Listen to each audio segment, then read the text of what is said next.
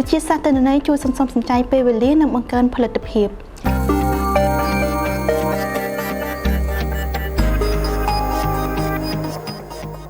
អត្ថប្រយោជន៍នៃវិទ្យាសាស្ត្រទិន្នន័យវិទ្យាសាស្ត្រទិន្នន័យផ្ដល់នូវអត្ថប្រយោជន៍ជាច្រើនសម្រាប់អាជីវកម្មបុគ្គលនិងសង្គមដែលជួយដល់ការសម្រេចចិត្តនិងបង្កើនការយល់ដឹងកាន់តែច្រើនលើទិន្នន័យខាងក្រោមនេះគឺជាអត្ថប្រយោជន៍សំខាន់ៗរបស់វិទ្យាសាស្ត្រទិន្នន័យ 1. ការសម្រេចចិត្តកាន់តែប្រសើរវិទ្យាសាស្ត្រទិន្នន័យជួយក្នុងការវិភាគទិន្នន័យនិងស្វែងរកព័ត៌មានសំខាន់ៗដើម្បីជួយស្ថាប័នធ្វើការសម្រេចចិត្តបានកាន់តែប្រសើរ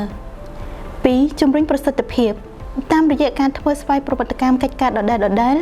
វិទ្យាសាស្ត្រទិន្នន័យជួយសន្សំសំចៃពេលវេលានិងបង្កើនផលិតភាពជាឧទាហរណ៍នៅក្នុងឧស្សាហកម្មដូចជាការផលិតជាដើមវិទ្យាសាស្ត្រទិន្នន័យអាចជួយម៉ាស៊ីនឲ្យដំណើរការកាន់តែមានប្រសិទ្ធភាពដោយអាចព្យាករណ៍ពីដំណើរការនៃម៉ាស៊ីន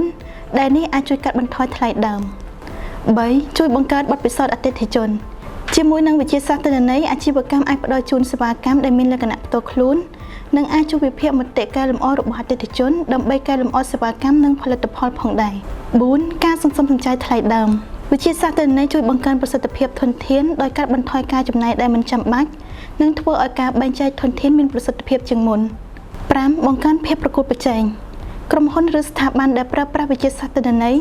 អាចបង្កើនភាពប្រកួតប្រជែងរបស់ខ្លួននិងអាចនាំមុខគេនៅក្នុងទីផ្សារតាមរយៈការប្រើប្រាស់វិទ្យាសាស្ត្រទិន្នន័យដើម្បីព្យាករណ៍ពីនិន្នាការទីផ្សារនិងបង្កើតដំណោះស្រាយប្រកបដោយភាពច្នៃប្រឌិតដែលមានភាពលេចធ្លោនៅក្នុងទីផ្សារ